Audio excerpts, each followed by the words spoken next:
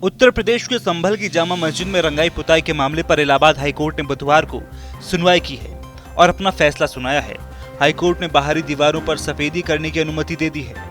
मस्जिद कमेटी ने रंगाई पुताई की अनुमति के लिए सिविल रिवीजन याचिका दाखिल की थी। कोर्ट ने कहा कि केवल उनके आवेदन का निपटारा कर रहा हूँ। सुनवाई के दौरान जस्टिस रोहित रंजन अग्रवाल ने एएसआई के वकील एडवोकेट मनोज कुमार सिंह से पूछा कि आपकी रिपोर्ट क्या है। मेरे पास है पावभाजी का मसाला, पावभाजी मसाला, पावभाजी को टेस्टी बना डाला, सबका राजा ऑल प्योर मसाला।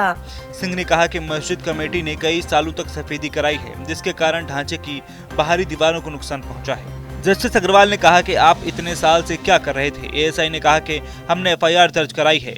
जस्टिस अग्रवाल ने कहा कि आप 2010 में कहां थे, 2020 में कहां थे, आप लोग 2024-25 में ही उठे हैं।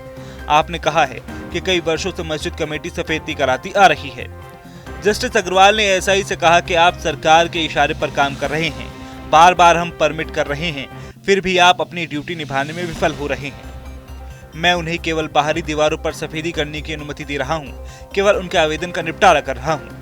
इस टाइम हम मौजूद है शाही जामा मस्जिद के नजदीक पे, जहाँ पर आपको बताते चले कि यहाँ की शाही जामा मस्जिद की कमेटी थी, उन्होंने एक एएसआई से इजाजत मांगी थी रंगाई पुताई को लेकर, लेकिन जिस तरह उन्होंने इजाजत दी उसके बाद वो लोग केस दर्ज किया, लेकिन लगातार कई तारीखों के बाद आज इलाहाबाद कोर्ट ने अभी जिस तरह से इजाजत दी है कि देखते हुए मेरे पीछे आप तस्वीर देख रहे हैं शाही जामा मस्जिद के हम नजदीक बिल्कुल है, लेकिन लगातार यहाँ पर थ्री लायर की सुरक्षा में लगातार सुरक्षा नजर दे रही है।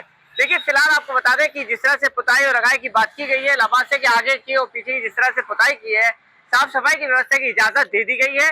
इस बीच हम लोगों ने यहाँ पर मौजूद है और आपको जामा मस्जिद दिखा दें कि ये जामा मस्जिद पे जिस तरह से यहाँ पोस्टर चस्पे किए थे, ये पोस्टर उन लोगों थे जिन लोगों ने पत्थरबाजों ने पत्थर बरसाए थे। लगातार कानून व्यवस्था करने के लिए लगातार 24 नवंबर को हिंसा हुई थी, उसके बाद प्रशासन अलर्ट है, लगातार सिक्योरिटी बढ़ाई गई है। इस टाइम यहाँ पर आप देख रहे हैं मेरे साथ जिस तरह से सिक्योरिटी पर 24 घंटे पुलिस मुस्तैद रहती है, निगरानी रखती है, लेकिन जिस तरह से अभी इजाजत दी गई है, ये इजाजत को देखते हुए और एक आपको बता दें कि जिस तरह नमाज को लेकर कि होली का जैसे और जुमा एक साथ था, इधर सीएम सदर का एक बयान आया था 52 दिन जुमे और एक दिन होली का बयान को लेकर राजनीतिक शुरू हो गई थी। लेकिन राजनीतिक शुरू होने के बीच जैसा धर्मगुरु ने एक अपील की है कि जो लोग जहाँ जहाँ नमाज पढ़ते हैं वो अपने इलाके में नमाज पढ़ें। शाही जामा मस्जिद पर जिस तरह से नमाज 1:40 पर होती थी, वह 2:30 बजे नमाज अदा की जाएगी। लेकिन इस बीच सदर जफर अली का एक बयान फिर आया कि हमने किसी को इजाजत नहीं दी है, ना हमारी कमेटी ने अभी फैसला किया है, अभी ना किसी प्रशासनिक अधिकारी से बात की गई है। जो नमाज जैसे होती थी 1:40 पर, लेकिन उसके बाद हम बताएंगे कि टाइम बढ़ेगा या नहीं बढ़ेगा।